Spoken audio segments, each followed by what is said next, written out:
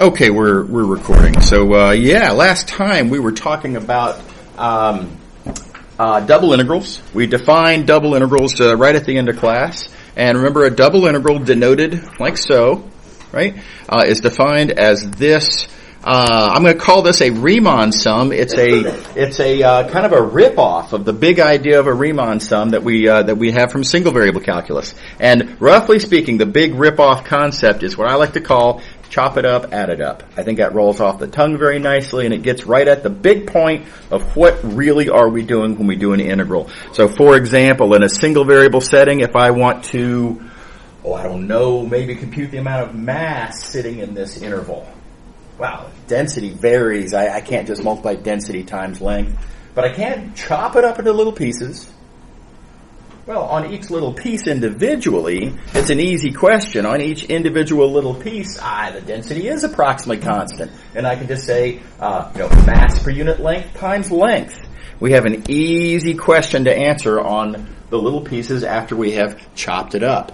After chopping it up, well then, of course, we add up over the entire interval over all of those little pieces, in other words. So, chop it up, add it up. And again, morally, that's exactly what we're doing over here. If I want to compute the amount of, let's say, mass distributed over this rectangular area, so maybe I have a sheet of metal that's alloy that with a proportion of iron versus aluminum changes over the, whatever. I can't just multiply mass per unit area times area, because that mass per unit area changes. It's different here than it is there, right? So we chop it up into a bunch of little pieces. On each little piece, the question is easy. On each little piece, how much mass is in that little piece? Well, mass per unit area times area. No problem. Nothing to it. And then, so that's the chop it up part. And then, of course, we have to add up over, well, of course, all of the pieces. Okay, so chop it up, add it up. It's really, this definition of a double integral is strongly analogous to the single variable definition of a single variable integral. Okay, so, so, for example, one application we can do is we can compute the volume under a graph. That looks familiar. Good. We have already answered this question. We already know how to compute this volume, but let's do it again anyway with a double integral. The point is, I'd like to take the area of the base and multiply by height, but the height varies dramatically, right, over this domain. So we chop up the domain into little pieces. Look at, for example, little pieces like that. On that little piece, because we have chopped it up, there is a almost, not quite, but almost entirely constant height. And I can just multiply height. You might say volume per unit area, you might say, right? That you then multiply by area to get volume. Right? And so on the little piece here, this particular little piece has volume, height times area. And then we add up over the entire domain to get the whole thing. And then notice, lo and behold, we have ourselves a Riemann sum, a.k.a. double integral. Okay, how are we doing? Is everybody with me? All right. Okay, let me momentarily skip this next there. I'm going to come right back to it. I want to get to my summary here. This is sort of a diagrammatic, strategic summary of what we've done so far, talking about integrals. Very first thing we did is we asked the question of what's the volume under a graph, and we wrote it as an iterated integral, and then we computed iterated integrals with the fundamental theorem of calculus. So we did that, and then I noticed there's some pretty big limitations of this approach. For one thing, I guess at some point early on, I pointed out that you can't just take an application question like, maybe I want to compute the mass of a sheet or something like that, or maybe I want to compute the population of Wyoming or whatever, right? I can't just take an application and directly connect it to and claim that it's equal to a volume. Population is not volume. It just isn't, right? It's a different thing. There may be a relationship between them, but they're not the same thing. and it's not clear that they're equal. Okay, so you can't make that direct connection. Then I also observed, if you try to take this exact argument that we use for volume and directly connect mass to an iterated integral, that also doesn't work. You end up with this weird mismatch of, at some point you're writing down mass per unit area times length. It doesn't make any sense. I don't know what that is. Is that an accumulating quantity? Can I write it as an integral? Or there's a lot of nasty questions that come up there. There are answers to those questions. That's not the point. The point is there's nasty questions we don't want to have to deal with every single time we work a new application. So I'm going to say you can't do this either. So we developed this idea of a double integral. Right? This is the last thing we did last time. And there's a huge number of applications for which you can do a chop it up, add it up. You want to compute a total mass? Fine. Chop it up into a bunch of little pieces. Look at each piece of mass individually. Add them up. Double integral. Riemann sum. Right? You want to compute the population of Wyoming? Fine. Break up Wyoming to a bunch of little counties. Or whatever. Right? City blocks. However you do it. Count the number of people in each of those chunks and then add it up. So the idea of a double integral makes sense there. And then I did, just seconds ago, I did this. I computed another application of Riemann sums, aka double integrals, which was to compute a volume. Okay, so here's our little roadmap of what we know how to do and what we can't do. Is everybody with me so far? All right. So we have in front of us a possible solution for how to answer these application questions, right? Namely, you can take your applications, turn them into double integrals, interpret that as a volume, compute that volume as an iterated integral, and then punch it out with the fundamental theorem of calculus. That'll get you there, right? But it's going to turn out to be, it's a little bit easier than this actually, because I can look at what we've got here and just kind of streamline it. And say, I've got this concept of volume under a graph. I can compute it two different ways. It's the same volume. The two different answers that I get must be equal. And that is a geometric, motivated by the geometry of volume and your idea that, you understand when I draw a picture of volume, you know what you're looking at. Geometric argument that double integrals and iterated integrals give you the same value. Now, if this were Math 222, I would do a more algebraic and rigorous and non-intuitive demonstration of that purple arrow. And this is not 222, this is 219, so we're not going to do it that way.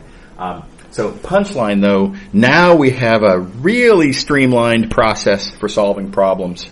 If you want to solve an application problem, write as a double integral. Double integrals are iterated integrals. Compute with the fundamental theorem of calculus.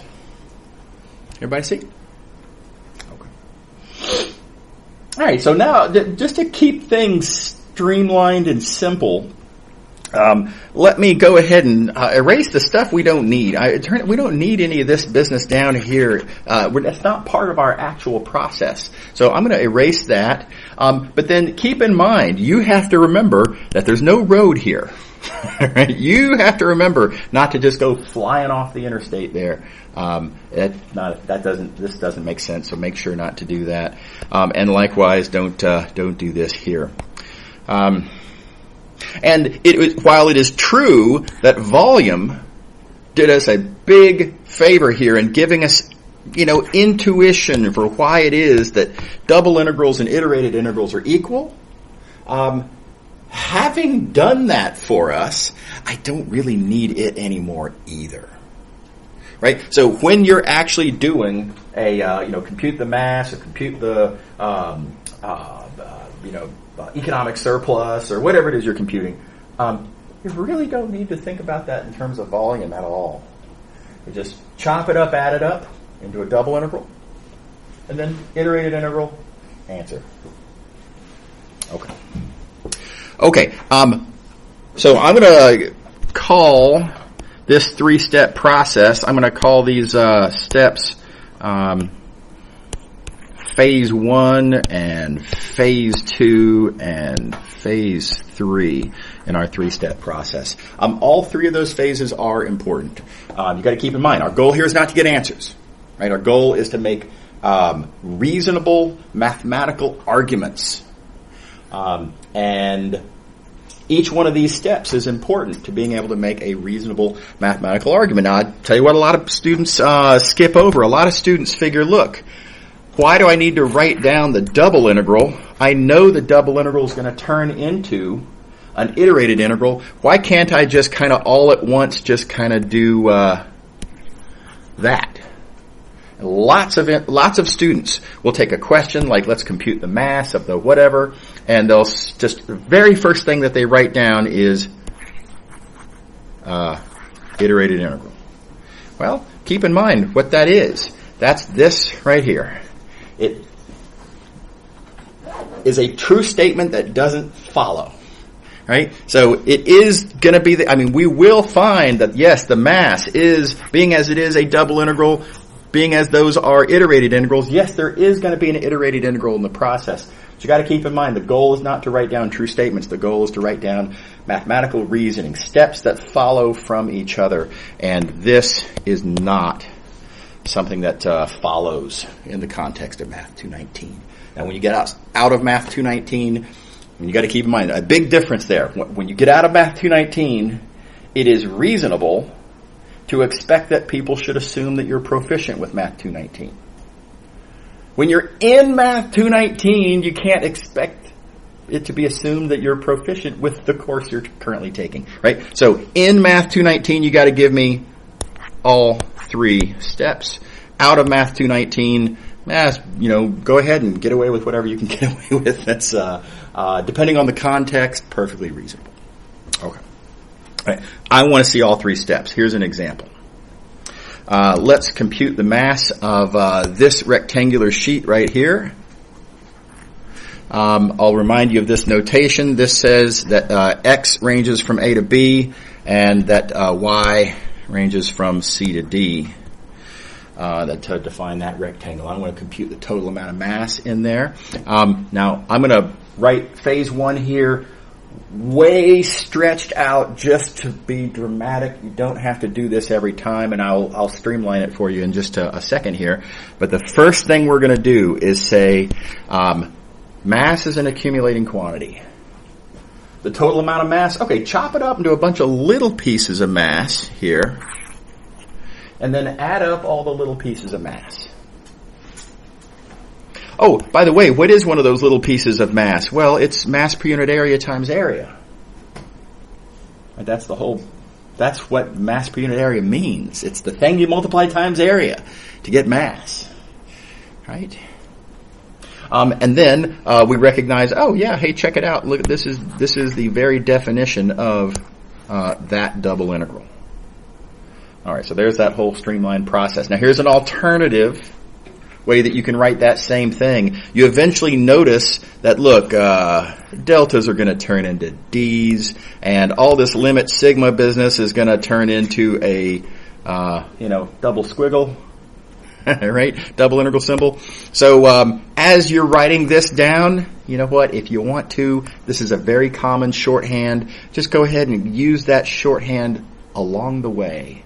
Right? I do this all the time. I think this is a reasonable shorthand. So instead of writing limit summation delta m, that's understood to be what I mean when I write double integral dm. So this is not saying that there is an m axis somewhere. There's not. Right? This is just a shorthand for this developing Riemann sum that I've got right there. And so you're perfectly welcome to just do this to develop that integral. And that said, and again, I stretched this out because I wanted to make sure everybody sees exactly what I'm doing. I'm fully exposed on the process. But in practice, day in and day out, in Math 219, it's pretty immediately clear that mass is a double integral with density. You write down enough of these and it's just, you've done it enough times. Of course, that's going to be what it turns out.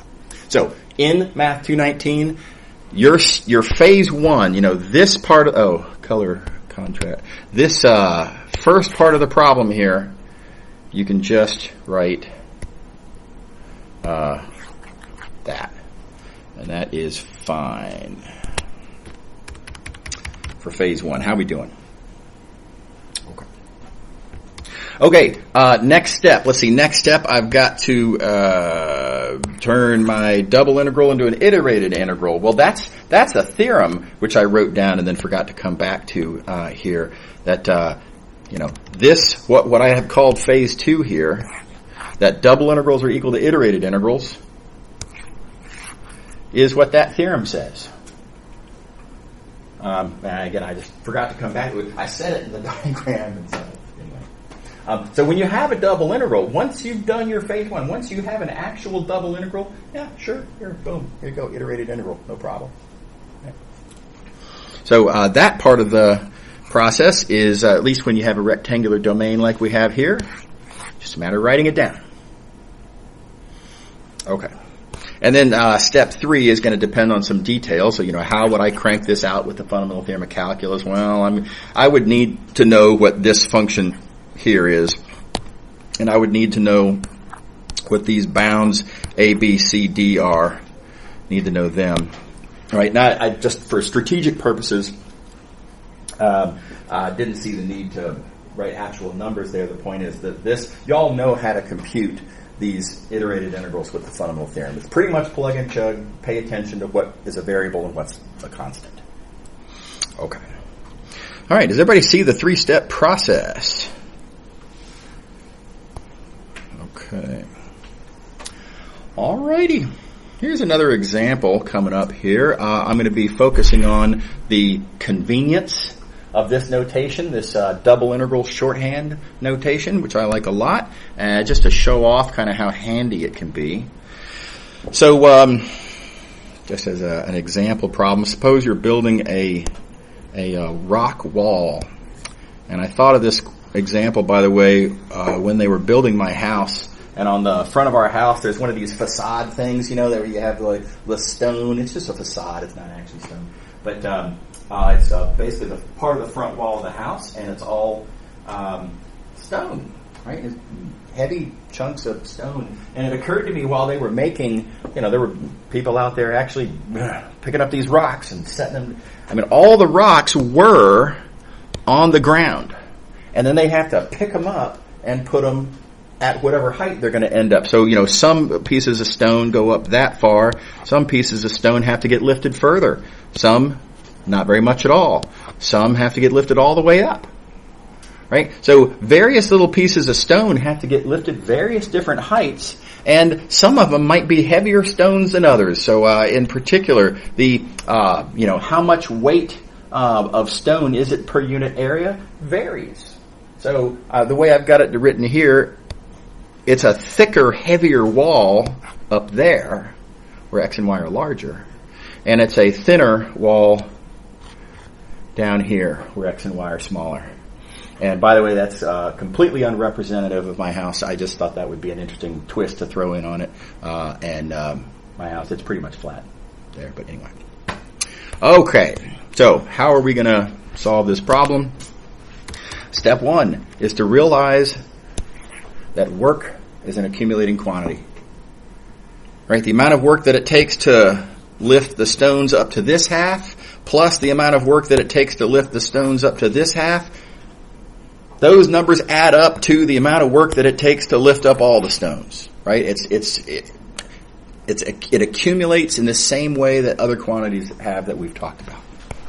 Okay. Next, how much work for a little piece? How much work does it take to lift the stone sitting below on the ground? How much work does it take to lift that piece of stone up to that height right there? Well, work is force times distance. Right? The distance that it has to be lifted is, it's whatever the y coordinate of that location is. That's how far it has to be lifted. It was on the ground. Now it's up there. And then what's the force? Well, this force depends on how thick is the wall there. R, and etc. Right? So that I'm just going to call df. D to indicate that this is a differential amount. As I take a limit, as my little, you see, you imagine this to be sort of like one brick here. It's not really a brick, but in the limit as n approaches infinity, we get smaller and smaller and narrower and narrower. So eventually there's going to be thin little, very small pieces. And the actual amount of weight in each differential amount of stone is going to approach 0 as n approaches infinity, right? So this is a differential amount, so I call it df.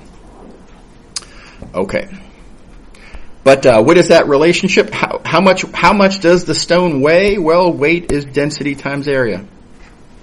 Right? This idea, this density here is weight per unit, pounds per square inch or pounds per square foot, whatever.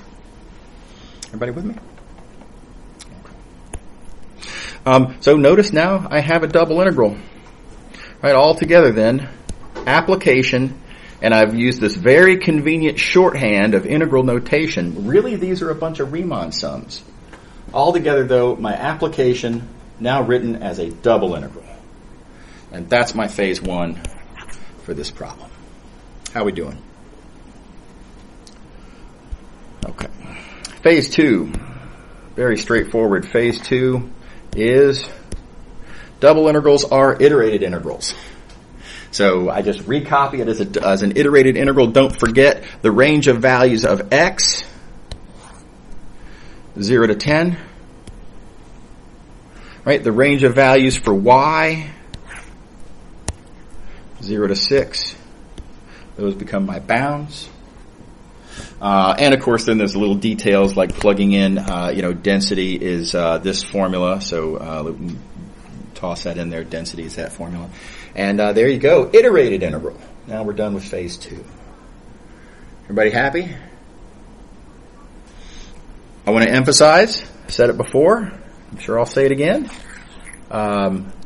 If you go straight from here to here, I don't know what your argument means. Right? If you just entirely bypass all of the phase 1 stuff, you're saying work is equal to this expression. All right, well, let me look at this expression here. We are multiplying, apparently, mass per unit area times length dy, and I'm supposed to understand what this is and what to do with that as part of this inside integral. And I'm sorry, I don't. Mass per unit area times length, I don't know what that is. I don't know what this represents. I don't know that it's an accumulating quantity that you can take a single variable integral of. That doesn't make sense. Everybody see the problem? And conveniently, though, all you got to do, right, is just do this first. You write that down. This I totally understand. Mass per unit area times area. Cool. That's just set up to make sense. That's perfect. And then just cite the theorem that says that double integrals are iterated integrals. So very little extra effort to make an argument that actually holds water, as opposed to not. Okay.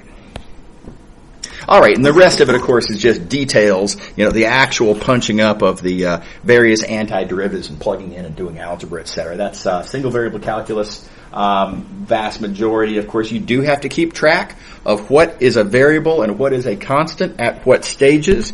So again, for the purposes of this inside integral, don't forget x is a constant because it's the outside variable. We're going to treat x here as a constant while we do that dy integral. When we take the y antiderivative, treat x as a constant because of the previous discussion. Yeah. No. You can totally. This is one of these situations where you can do this move, right? And so we talked last time about how where was it? Here we go. With iterated integrals, you can change the order, and it's fine. Just do this right here. Again, only for rectangular domains, and we'll talk more about non-rectangular domains momentarily. Yeah, is that what you want? Okay, yeah. Alrighty. Yeah, so I did it in dy dx pretty arbitrarily. Yeah. Alright. So, yeah. What if we don't have a rectangle? Now, first of all, what do I even mean by that? I'm going to go back to the very first question that we talked about with integrals, namely compute the volume under a graph. We want to figure, how much space of volume is there sitting underneath this surface.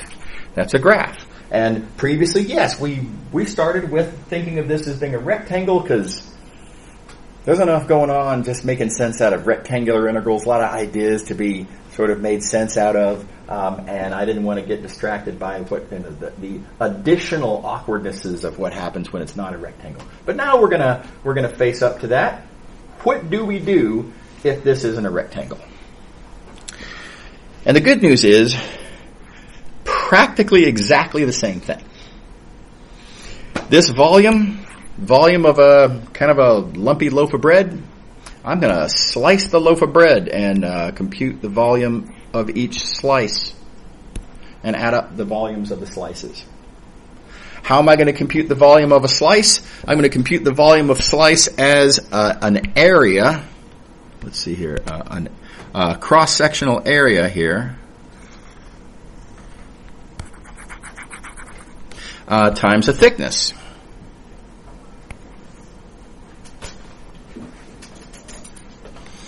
How am I going to compute that area? Well, it's the area under a curve. In fact, it's the area under a curve, which is a graph of a function. All that stuff's the same. It's exactly the same. Here's the only difference. The only difference is that when I get to actually writing down the integral that represents this cross-sectional area that I shouldn't have erased there. When I get to writing down the integral representing that area, the integral, of course, is going to go from there to there. It's going to go from, you might call it the back edge of the slice of bread to the front edge of the slice of bread. And where those edges are moves with y. So this, where that back edge of the slice of bread is, well, it's right there for this value of y. But if I were to move over and look at, let's say, value of y right there, right? What if I were there?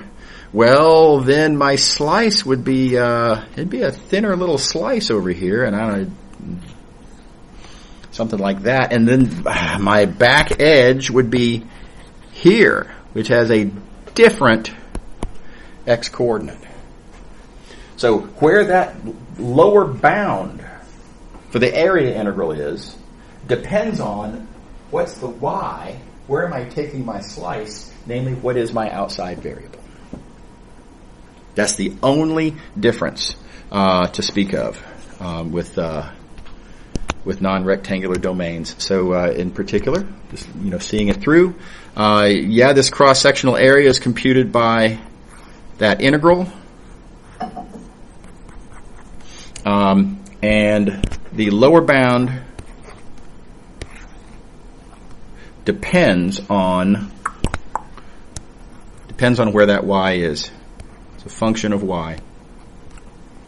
Right, and then likewise the upper bound, let's see here, this upper bound here is also going to depend on y for the same reason. Everybody see that in the picture? Okay, so super news. Practically everything we've previously done, we get to continue doing. It's still an integral of an integral. The only new twist is I got to figure out these inside bounds. Now, what I've got here, you'll notice, this is a picture that's I'm going to say a series of three-dimensional pictures to understand what we've got going on here. But I'm going to point out first that in some sense, most of what I have in the picture doesn't matter. In some sense, all of this height business, all of the verticality doesn't matter. Because if you are just simply interested in where the bounds are, if I'm looking at this slice of bread, right, and I want to know what's the starting value of x, it doesn't really matter how tall the bread is, does it?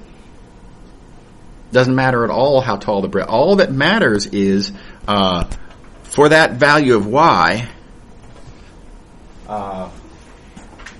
what's happening in the domain. Right? I need to know for that value of y, where does the domain start, where does the domain end. for the ending for the last value. So, in fact, I only need the domain, and therefore I only need to draw the domain. This is a big win. Three-dimensional pictures are hard, right? I don't have to draw that three-dimensional picture. Don't need it. All I need to draw, let's see if I can, I can squeeze this on. I just need to draw just the domain itself, and that domain itself is two-dimensional. So here, I'll do it like that. Much easier picture to draw, yeah? Everybody agree? Any questions? Feel free. Much simpler picture. Okay, so when you're finding these inner bounds, you only need to look at the domain itself. All right, now specifically, how are we going to find those bounds? Well, again, keep in mind, for a given value of y, as I'm kind of going from there to there, computing the, again, the area of the slice of bread, this starting value of x, right, keep in mind, this is the x-axis. That starting value of x, that bound, is going to be defined based on where that point is.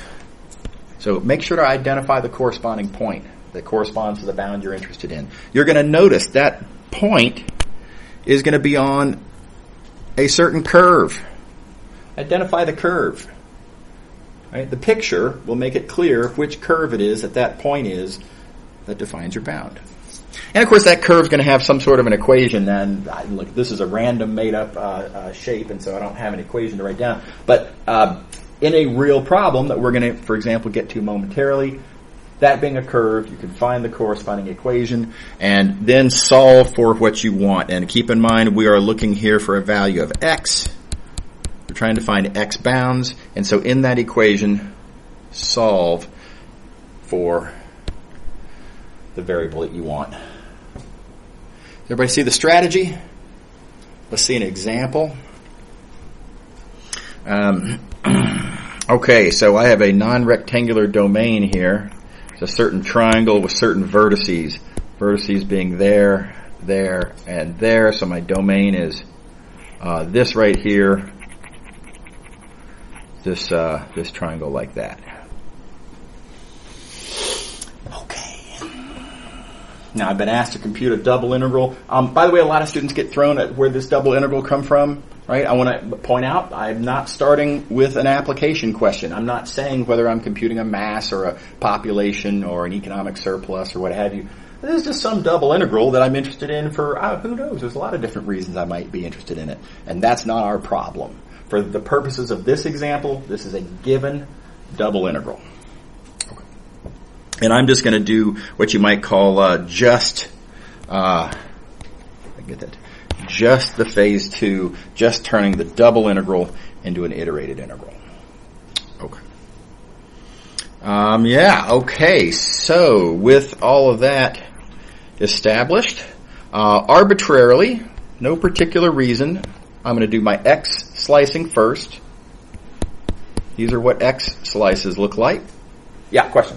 So does that mean we only do the phase 1 stuff if we're doing a word problem? Yeah, well, if the question says to compute probably a word problem, compute mass or compute population or compute some quantity of some sort. But yeah, if the double integral is given, there's no need to develop a double integral. It was given. Okay. Does that make sense? Yeah. Yeah, cool. Yeah. Okay, x slicing first.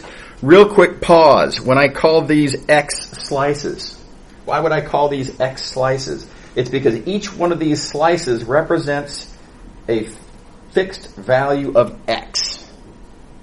Now, a lot of people think, I'd like to call them y slices because they're parallel to the y-axis. And I suppose, I see the argument there. But what's important about these slices is that they represent constant values of x. These are the slices that are, in fact, what's happening when I am doing my x integral. So I think for that reason, this is overwhelmingly more motivated to call these x slices. So just make sure to recall, the slices are named by what axis are they perpendicular to. Okay. All right, and with my x slices, well, there's the first one, and yeah, that's the origin. And it's pretty clear that x is equal to 0 when you're at the origin. The last slice is there where, that's where x is equal to 1. I can see it right here in these coordinates of the point that we're given. So we end at x equals 1. So the outside bounds are usually kind of just a matter of looking at your picture and just seeing, where's the leftmost, where's the right. That part's usually pretty straightforward. But now let's think about our inner bounds. So we're going to fix x. We're going to focus our attention on that x slice as I go from there to there. Let's ask, what is the lower bound for y? Where is this lower bound for y? Well, I'm going to follow my 3-step process up here. Right? The bounds come from identifying a point. The point I understand as being on a curve. The curve I understand with an equation. Right? So let's go through that process here. That bound corresponds to this point. That's the sort of the first point in my process of, as I am computing the area of that slice of bread, I start at this point. That point's on this curve. By the way, thank you, picture. The picture shows us which curve. It's not that curve, right? And it's not this curve. The reason that I know that it's this curve is because I can see it in the picture. This is one of my big, preference doesn't really quite say it. I think it's really essential to have a good picture. Not only so that you can make sense for yourself out of, wait a minute, what am I doing? Where am I at? Where am I going? But so that your grader, right? Be it the homework grader, or if for exams, it's me, right? As I'm grading exam papers, I need to know where your work came from, right? And having a picture makes it perfectly clear that this point defining the lower bound, well, it comes from this curve, right? And so you can just write down then, missed. There's that curve. It's that line, y equals 0. And the picture makes it clear that that's where it came from. Does everybody see that? Minus the picture, it's not clear why one would write down y equals 0 automatically. You need the picture for that. So anyway, that's enough of that. But please do make sure to draw a good picture. Okay, we want to know this bound. We identified the point. We identified the curve. We now identified the equation. Remember, now we have to solve for what we want. Wait a minute, what do we want? We want to find a y bound. So in this equation, we need to solve for y. Lucky break, it's already solved for. Y is equal to 0. And, missed. And there's our lower bound, y equals 0. How we doing? Everybody see it? Okay. All right, let's talk about the upper bound. Now again, this is with x fixed. We're looking at this slice as I go from there to there, which ends where y is at a certain value based on that point. Now again, how do I know that that's the point? Well, I can see it from the picture, right? In my process of taking a slice, an x slice, y starts here and ends, well, it ends where I run out of bread, right? And I run out of bread when I get to that point, which is on that curve, which, because I know those points, allows me to write down this equation. Again, keep in mind, what are we interested in here? We're interested in y, right? So I want to find a y coordinate. So in this equation, I solve for y. And solving for y, I get x. And notice, as promised, it's a function of the outside variable. It's a function of x. Everybody see how I followed my process there? Okay. Okie dokie. Alrighty. Let's see here. Here's another example. Same domain. We're just going to slice it the other way. We're going to do our Y slicing first. Keep in mind, Y slices look like this. And our Y slices, here's the first one. The outside bounds, again, tend to be pretty straightforward. You can just see, well, look, that first Y slice includes the origin where it's just, couldn't be more clear. Y is 0 to start, right? And the last Y slice is, well, it's up there. That is one of the given points, right? So again, sometimes the fish just jump in the boat and our Y upper bound is 1. Everybody go with that part? Okay. So where it gets more interesting is once we fix a value of Y. Now, there's our slice of bread. As I go from there to there, where does X start? Well, this lower bound for X starts at that point. It starts where I hit the bread first. That point. Diagram communicates to me pretty clearly. That point's on this line. That line I can solve for. I already did it, but that's the line Y equals X. Wait a minute, what am I doing here? Why am I interested in that equation? It's because I'm interested in an X bound.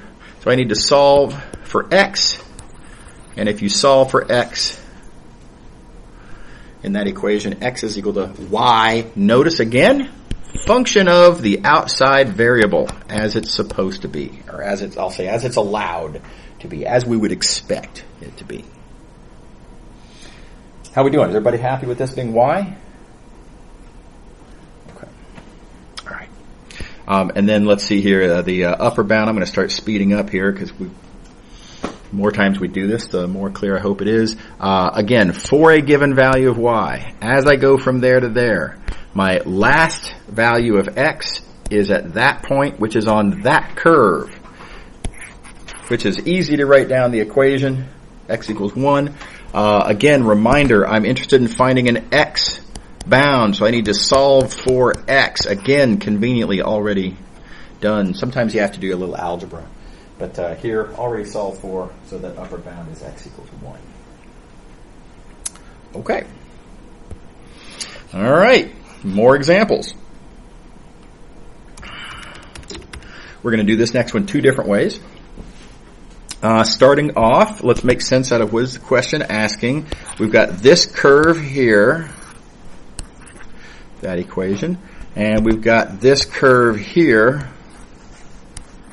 with that equation. The domain that we are interested in, there's a language asterisk here. It says D is bounded by these 2 curves. This means 2 things. First thing it means is that the boundary of D consists of these 2 curves. And it's tempting to say that does it, that defines what our domain is. It doesn't, unfortunately. Because here's the thing. There's, how about this region in here? Right? That region, if you look at the boundary of what I've got shaded here, this big yellow region up here, the boundary includes some green curve and some blue curve, and that's it, right? So the boundary of this yellow region is indeed green-blue. Is this what we mean when we say that the domain is bounded by? No. This word bounded by means 2 things. It means all that business about boundaries. Yeah. It also means D is bounded. Bounded means that you can put it in a box. You can put a fence around it. Right? And you cannot do that with this big yellow region here. This big yellow region, as I have it drawn, goes it extends up to infinity. There's no end to it. You cannot put it in a box. It is not bounded. So when we say bounded by, that's not what we mean. We also likewise don't mean this region here, and we don't mean this region down here. None of those are bounded. There is only one actually bounded region, bounded by these curves, and that's this one here in the middle, of course. So this is what we mean by that language, bounded by. Everybody with me? Okay, so we've got our domain, and here we go. Again, phase 2, double integral given. How do we write this as an iterated integral? Starting with doing, let's see here, doing x slices first. Here's what our x slices look like. Right, the first x slice is, well, it's there. It's that point. So what can I say about that point? Well, I actually know two things about this point. On the one hand, that point is on the green curve. On the other hand, it is also on the blue curve. So I have two equations in which, in the pair of which I need to solve for x. I'm sorry, I've got to turn my dimmer off. So we need to solve for x.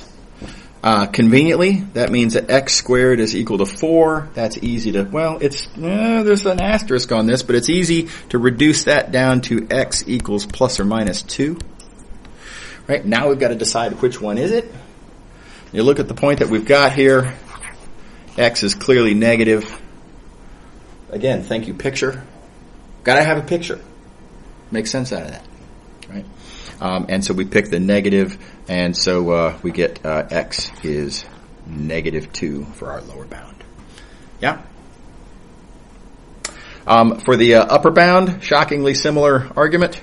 The upper bound is going to be defined by that point, which is on the same two curves. Therefore, I get the same two equations. Therefore, I get the same algebra, and therefore the same choices. This time, though, since we're looking at the upper bound, clearly I need a positive value for x, and so the upper bound for x is positive 2.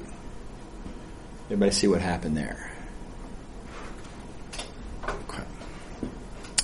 All right. Okay, so now let's, x is now fixed.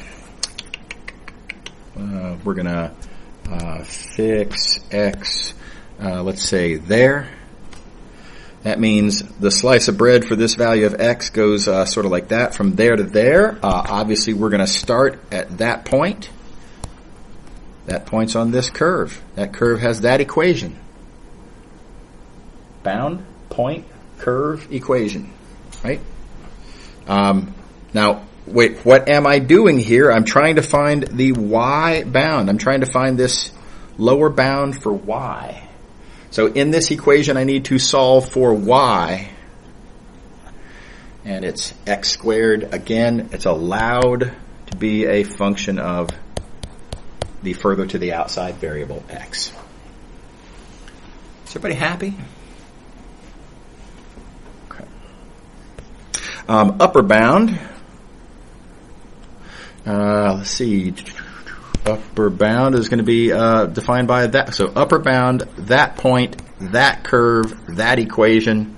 Solve for y. Y equals 4. Everybody's good. All right. Now, it was arbitrary that I chose to do the slicing in this order, just for comparison. Let's slice in the other order. Right, let's do the y slicing on the outside. And with y on the outside, well, let's see. Y, our y slices look like this. The first y slice is, pretty clearly where y equals 0. The last y slice, well, it's up here on this line where y is pretty clearly 4. Right, outside bounds, again, usually pretty straightforward. Inside bounds, again, we have to be careful. Now we're going to fix y. X now goes across like that. Our starting value of x comes from this point, which is on this curve, which has that equation. Now slow down. A lot of students will mess this up. A lot of students will say, oh yeah, that equation. So my bound then is x squared. Because, well, there's the equation. The curve says x squared, right? Very importantly, no. Very importantly, the curve says y equals x squared, and we are looking for an x bound. We're looking for an x coordinate. And you have to, therefore, in this equation, you have to solve for x. And when you solve for x, you're going to get plus or minus the square root of y. And, of course, clearly here we want the negative x coordinate. And so I get negative square root of y. Does everybody see what happened there? Very common mistake to put x squared there. That doesn't make any sense at all. X squared cannot be a bound for an x integral. X is a variable, not a constant. Okay. All right, upper bound. Upper bound comes from that point. Well, let's see, upper bound, that point, which is on same curve, same equation. Again, solve for x. Everything seems the same again, except again here, you look at the picture. Obviously, when I have the choice, I need x to be the positive one. So when I solve for x here, I get the positive square root of y. Okay. All right. Last little comment I want to make, and then we'll call it a fall break. Last little quick comment though. Which one of these integrals do you like better? I have a preference. I like this one. I don't like square roots. Square roots have never made my life simpler. Right? I mean, alright, so how am I gonna, do I need to write down both of the options and then pick which one I like better? Or is there, might there be a streamlined hint way to figure out in advance what the best way is going to be to do it? And here's my point of view on this. Let's look at the ugly square root here that we don't like and ask where'd that come from? And that came from the fact that I had to solve for x in here. Right? Why did I have to solve for x there? Well, because x was on the inside. Okay, I don't want to have to solve for what's on the inside. Right? This variable on the inside, I want that to be the variable that's given, not the variable that's the input. I want it to be the output, not the input. Right? So that's the big trick. Whichever variable you would call, in the algebra that you're dealing with, if there's one that you could naturally view as being the input variable, here x is the input variable, I think pretty clearly, right? You want that on the outside. And that'll give you a situation where you're not going to have to solve for that input variable, and everything's going to probably, all exceptions granted, but probably a relatively nice integral. So look at your algebra, identify what's the input variable, put that one on the outside. More times than not, you'll get the more preferable integral. Does that make sense to everybody? Okay. Good place to draw the line. We'll pick up here on Wednesday. Y'all have a great break. And, see you later. Oh, and I presumably y'all already got the email from me about the exam. Grading's done. Good scores overall. Very happy. You should have your score. Don't forget that the conversion table to figure out what that means on the 4-point scale is on the Sakai site in the exam curves section. And, okay. See you later. Thank you. Yeah, see ya.